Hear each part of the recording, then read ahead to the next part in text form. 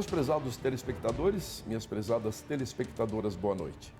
Mineiro de Belo Horizonte, ele é graduado em Economia pela Universidade Federal de Minas Gerais, é mestre e doutor em Economia aplicada pela USP e realizou pós-doutorado em Economia pela Fundação Getúlio Vargas. Atualmente é professor associado da Universidade Estadual do Oeste do Paraná, onde atua no curso de Economia e nos programas de mestrado e doutorado em Desenvolvimento Regional e Agronegócio. Sua carreira acadêmica envolve intensa participação em instituições universitárias nacionais e estrangeiras. Tem experiência em áreas como desenvolvimento regional, agroenergia, agroindústria canavieira, cadeias produtivas e cenários econômicos. Presidiu a Sociedade Brasileira de Economia, Administração e Sociologia Rural, integrou o Conselho Nacional de Política Criminal e Penitenciária, quando foi relator do Plano Nacional de Política Criminal e Penitenciária. E hoje é conselheiro científico da Associação Brasileira de Estudos Regionais e Urbanos e membro do Conselho de Avaliação de Leis da ONG Ranking dos Políticos. Recentemente, foi nomeado para o Conselho Superior de Segurança Pública da Federação das Indústrias do Estado de São Paulo, reconhecimento de sua trajetória acadêmica e de suas contribuições no campo da economia do crime. A economia do crime ainda é um tema pouco presente no debate público, mas cada vez mais relevante. É sobre ele que vamos conversar com um dos maiores especialistas brasileiros no assunto, o economista Peri Chiquida, meu convidado no Conexão Tarobá de hoje. Boa noite, Peri. Boa noite. Seja bem-vindo e obrigado por aceitar o meu convite. Boa noite, Caio. Boa noite, telespectadores. É um prazer enorme estar na TV Tarobá e falando sobretudo de economia do crime. Muito obrigado mesmo. Mas eu já vou fazer o convite para você voltar outras vezes, porque nós temos aí vários outros assuntos em que você tem destacada participação, né? Tem um reconhecimento nacional e vamos falar sobre eles mais à frente em outras oportunidades. Mas hoje o tema é esse, que é um tema extremamente instigante, provocador, né? E que começa a ser, enfim, ter uma atenção maior por parte da sociedade brasileira. Vamos começar com 3 perguntas em uma. Aí você já liquida um pouco do assunto, né? Dessa apresentação inicial desse tema. De forma sintética, o que é a economia do crime? O que levou você a estudar esse campo específico da economia, que é sua área de formação e especialização, doutorado, etc. E mais recentemente, o que motivou a sua decisão de analisar a economia do crime dentro das unidades prisionais da região metropolitana de São Paulo? Bom, muito boa pergunta, Caio. A economia, oikos nomos, regra da casa, então o que a gente faz, né? Você administra a sua casa, a empresa, a pessoa física, a pessoa jurídica, buscando maximizar recursos escassos. Ocorre que tem aqueles que administram a casa ilegal, pessoas físicas e jurídicas, e buscam ganhar dinheiro ilicitamente. Então, a economia do crime vai estudar essa faceta da economia. E com um viés muito importante, que é o viés da racionalidade econômica. E por que a gente foi para o estudo da economia do crime? Porque o market behavior, ou seja, o comportamento do mercado, economia da saúde, economia do crime, economia da felicidade, são campos que vieram pós-1980, avançando muito nos Estados Unidos, chegando no final dos anos 90 no Brasil. E ele tem uma perspectiva muito interessante de mostrar outros vieses e perspectivas para o estudo do crime especificamente. E por que a gente foi estudar São Paulo mais recentemente? Foi exatamente pelo fato de São Paulo congregar nada mais, nada menos do que 30% da população prisional do Brasil. Ou seja... Então a tua amostragem lá era bem mais ampla, né? Bem mais ampla e ali com uma representatividade estatisticamente bem robusta, você consegue ter evidências empíricas muito fortes para poder responder a uma série de questões que a gente vai trabalhar adiante. Agora, as suas pesquisas se baseiam fortemente em trabalho de campo, né? Como esse levantamento é feito na prática e qual a importância de ouvir diretamente o que você fez lá nas unidades prisionais, diretamente os apenados, né, para compreender a lógica econômica do crime? Sensacional. Isso é bom que se diga para os nossos telespectadores, da audiência incrível que a TV Tarobá tem. Todo o trabalho que a gente faz em estabelecimentos prisionais precisa de um rigoroso processo de passagem pela Secretaria de Segurança Pública, Sim. Secretaria de Administração Penitenciária e Poder Judiciário. Tem que ter termo de consentimento livre, esclarecido, passar o trabalho pelo Conselho de Ética em Pesquisa e o mais importante... o trabalho prévio para fazer, inclusive, a seleção dos entrevistados. Exatamente. Né? E depois tem o trabalho de você conversar face to face, face a face, com o entrevistado, que nada mais, nada menos é uma pessoa que cometeu crimes de uma folha extensa na área ilegal. Lembrando, cometeu um crime econômico. Econômico, isso é bem colocado. O crime econômico é aquele que visa o dinheiro per se. O que quer dizer? Né? Então, você faz um roubo, um furto, um tráfico, um contrabando de cigarros, você está visando dinheiro. Agora, um estupro, um crime passional, isso não tem causas econômicas, tem consequências econômicas. E esse trabalho, Caio, é muito importante que se diga, ele não foi da noite para o dia que a gente foi avançando, foi um processo de aprendizado, a gente faz há 27 anos, continua um eterno aprendiz, evidentemente, mas ele demanda cada vez mais cuidados, porque você não está lidando só com pessoas ali, você está lidando com organizações criminosas. Também, né? Não são apenas indivíduos. Exatamente. Então, isso é muito bom que se diga. O processo até... Agora, e o padrão das atividades criminosas? Estamos falando aqui do pequeno furto, do roubo, do assalto, do latrocínio e uma fraude bancária. Perfeito. Né? Corrupção. Envolve tudo isso. Envolve tudo isso, exatamente. O portfólio, né? Antigamente, inclusive, é bom que se diga, no início, quando a gente começou a fazer a pesquisa em 99, o traficante era só traficante, o corrupto era só corrupto, o assaltante era só assaltante. Hoje é flex, o termo é flex, ele faz de tudo um pouco. É lógico que ele tem expertise no contrabando, ele tem expertise no furto, mas ele também faz assalto, faz aquele ele não coloca os ovos numa cesta só. Não. Hoje várias fontes de renda. Exatamente. A gente está rindo porque fica até cômico, né, falar sobre isso. E o sorriso, é bom que se diga, é um sorriso da gente estranhar, porque você estranha, uma vontade que você tem de chorar. Exatamente. A gente está rindo diante até da impotência, né, que a gente tem vendo tudo isso acontecer. Agora, do ponto de vista dos próprios detentos entrevistados, Peri, o crime aparece como uma atividade economicamente compensadora? Essa percepção é recorrente nos dados levantados? Exatamente. Inclusive, nas nossas palestras pelo Brasil afora e também internacionais, a gente apresenta o resultado que todo mundo fala, professor, isso todo mundo sabe, mas ninguém matematizou. O crime no Brasil, infelizmente, o crime econômico é absolutamente compensador. A remuneração média que a gente avaliou agora no estudo de São Paulo, com 408 presos, 10 estabelecimentos prisionais, 95% de confiança e 5% de margem de erro, ou seja, estatisticamente representativa, sim. Ela aferiu que o ganho médio é R$ 46.333, médio. Né? A moda, é lógico que existe uma dispersão, tem gente que ganha 5 mil e tem gente que ganha 600 mil, então a dispersão é muito alta. Você fez uma média desses 400 e poucos entrevistados. Dá R$ 46.333, mas o valor estatisticamente mais representativo, que mais saiu, que se chama moda, na estatística, é R$ 10 mil. Ou seja, ninguém ganha R$ 10 mil no mercado legal facilmente. E isto vem exatamente mostrar que é um mercado absolutamente compensador, não só pela remuneração, mas pela impunidade e os custos baixos que eles estão tendo. Exatamente.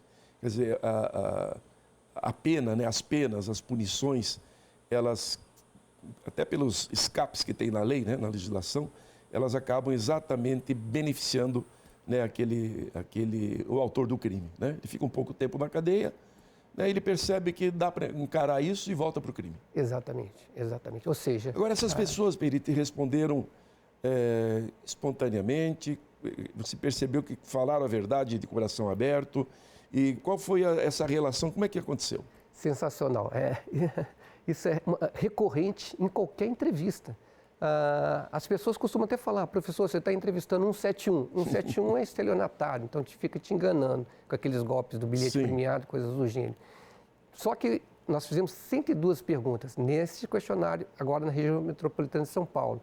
Das 102 questões, a gente tem pelo menos 30 questões que a gente sabe a resposta. Claro. Quando ele efetuou o crime, quando ele foi preso, se estava com compasso, se estava com arma, etc. É quase um teste de verificação. Exato. Isso. Então chama variável de controle. Se a pessoa mente, numa dessas respostas que a gente tem a variável de controle, nos autos, né? que estão nos autos, a gente descarta o questionário.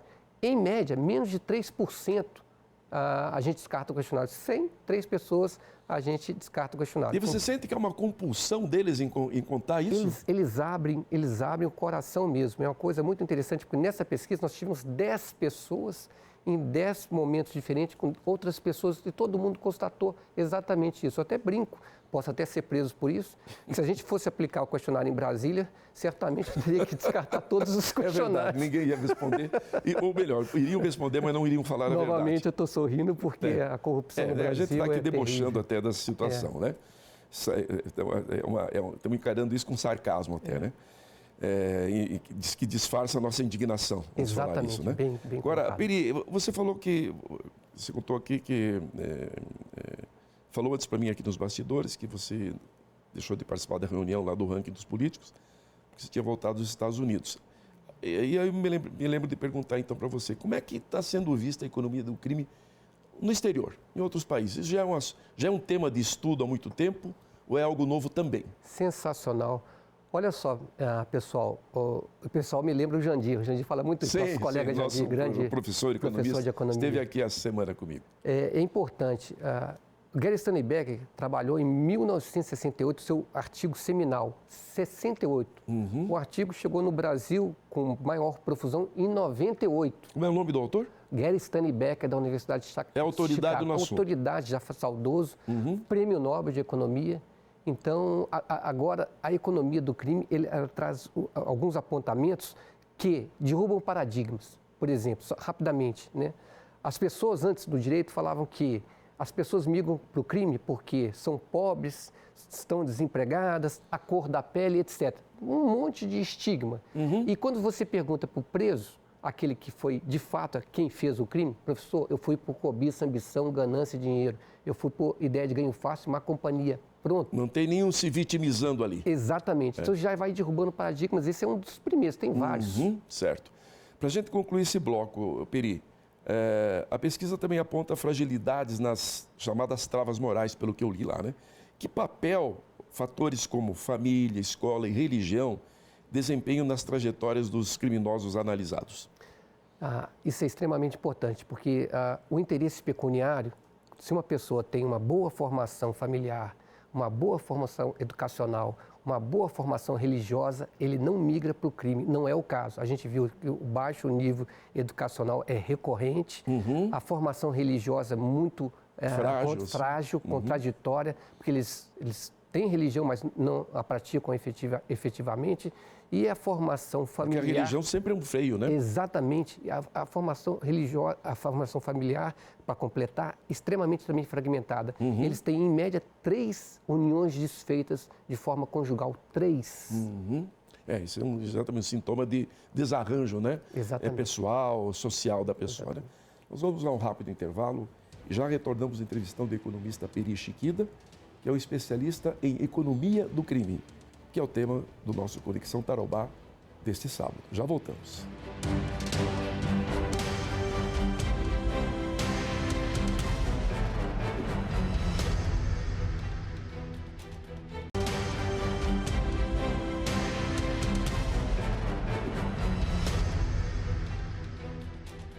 Você está assistindo o Conexão Tarobá nesta noite de sábado, em que estou recebendo aqui nos estúdios da TV Tarobá o economista Peri Chiquida, que é professor de economia no campus de Toledo, na Universidade Estadual do Oeste do Paraná, e hoje é uma das maiores autoridades no Brasil nos estudos da economia do crime, que é a pesquisa sobre atividade criminosa com finalidade de ganhar dinheiro, né? De forma ilícita, evidentemente, né?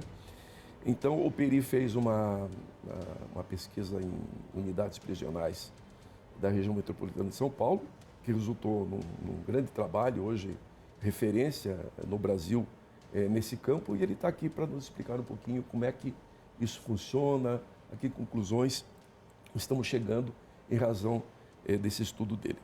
Peri, enfim, à luz então desses resultados que você já relatou aqui no primeiro bloco do programa, o sistema prisional e o sistema judicial do país estão preparados para romper a lógica econômica que sustenta o crime ou acabam, de alguma forma, reforçando essa lógica?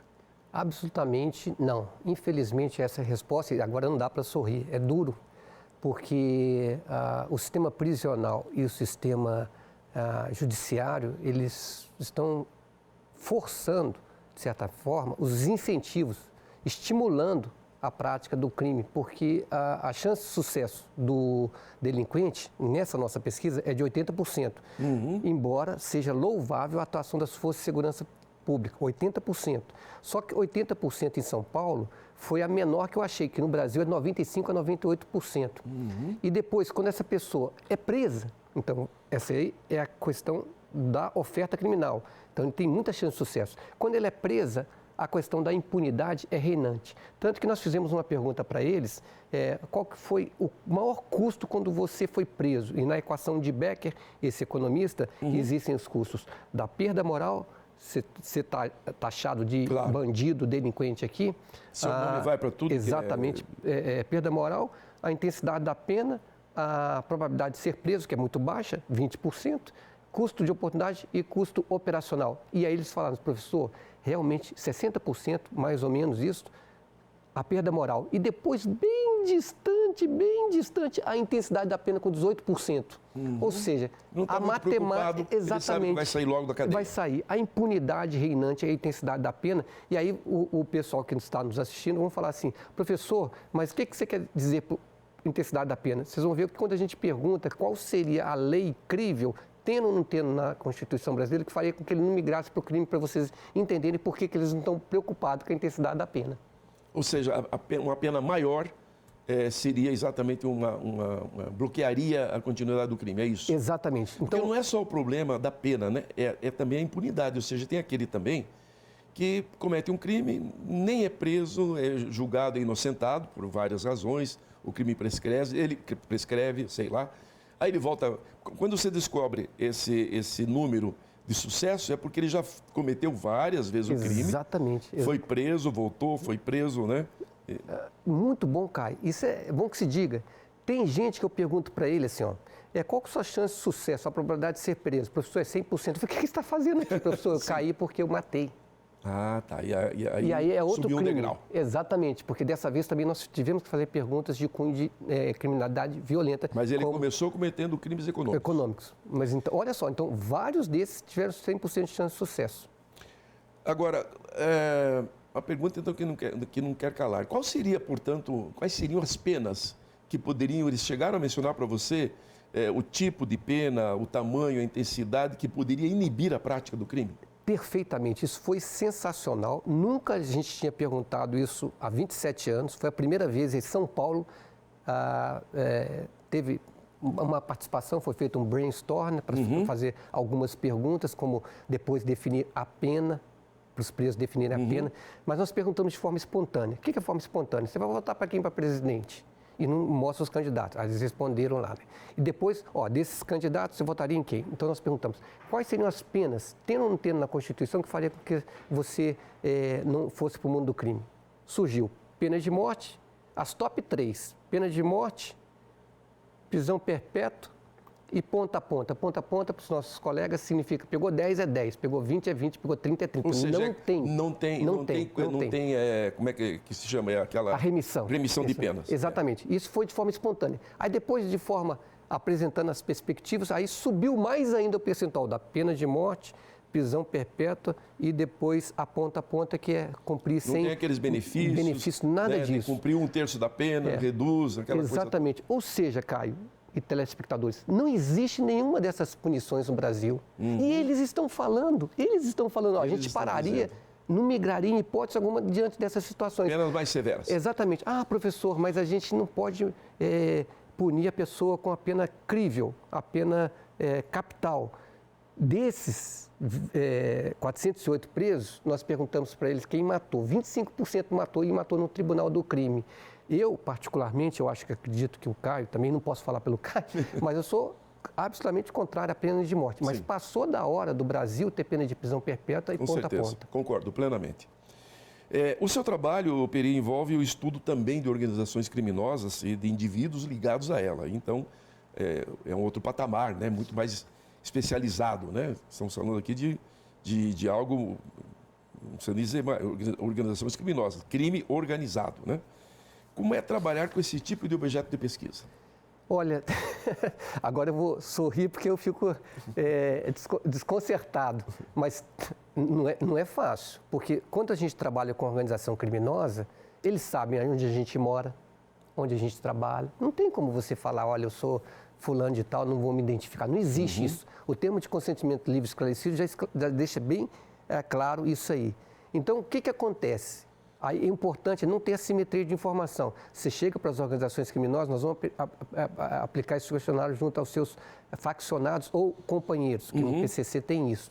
Aí eles respondem, professor, a gente pode saber como é que é o questionário? Não, o senhor não só pode saber, como vai ser o primeiro a responder. Sim. Então já começa por aí, a gente vai fazendo o questionamento e eles falam, não, professor, isso está autorizado, pode aplicar. Isso pelo Brasil afora. Dessa vez em São Paulo, nós não precisamos conversar com as autoridades ilegais dentro dos estabelecimentos prisionais, porque eles estão um pouco fracionados diante da atual situação de enfrentamento das autoridades paulistas para com essa organização criminosa.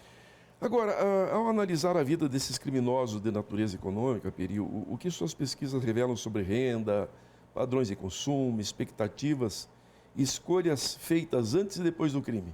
Isso é muito importante.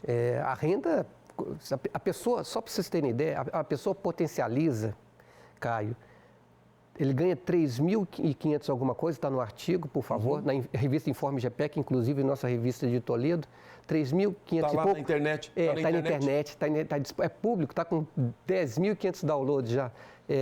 Então ele potencializa 13 vezes mais, ele vai ganhar R$ 46.333. Eu até costumo falar que 13 é um número meio complicado. É verdade. Aí o pessoal vai entender outra coisa, mas tudo bem. Mas é o número que está. É o que está lá, o número do azar, aquelas coisas. Então ele potencializa 13 vezes mais.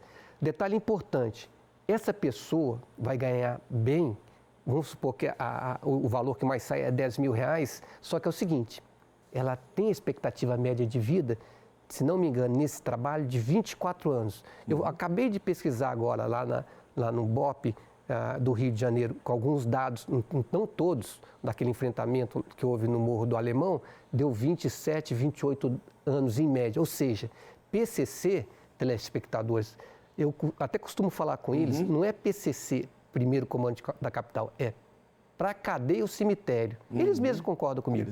E Comando Vermelho, que é outra organização carioca. A expectativa de vida, então, é muito menos baixa, de 30 anos. muito baixa. A outra como é que eu falaria? É cadeia e velório.